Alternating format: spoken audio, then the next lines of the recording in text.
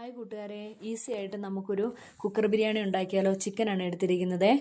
ഓയിലും നെയ്യുമാണ് ഞാൻ എടുത്തിരിക്കുന്ന ആവശ്യത്തിന്. അതിനകത്തേക്ക് ഇഞ്ചിയും വെളുത്തുള്ളി പേസ്റ്റ് ആക്കിയതും അങ്ങനെ സവോളയും കൂടി ഇട്ട് നന്നായിട്ട് വഴറ്റി പൊടി ഇട്ട് കൊടുത്തു. അതിനകത്തേക്ക് തക്കാളി ഇട്ടു നന്നായിട്ട് വഴറ്റി പുതിനയും മല്ലിച്ചപ്പും ഇട്ട് കൊടുത്തു.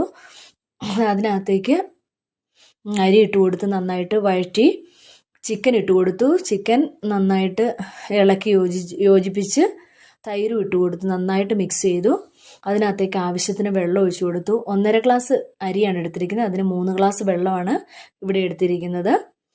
ആവശ്യത്തിന് ഉപ്പിട്ട് കൊടുത്തു. കുക്കറിനകത്ത് ഒരു വിസിലടിച്ചാൽ മതി കേട്ടോ. വെന്തു, നല്ല സൂപ്പറായിട്ട് വെന്തു, നല്ല ടേസ്റ്റും ഉണ്ടായിരുന്നു. ഉണ്ടാക്കിയ ബിരിയാണി എങ്ങനെയുണ്ടെന്ന് ഞാൻ കഴിച്ചിട്ട് പറയാവേ.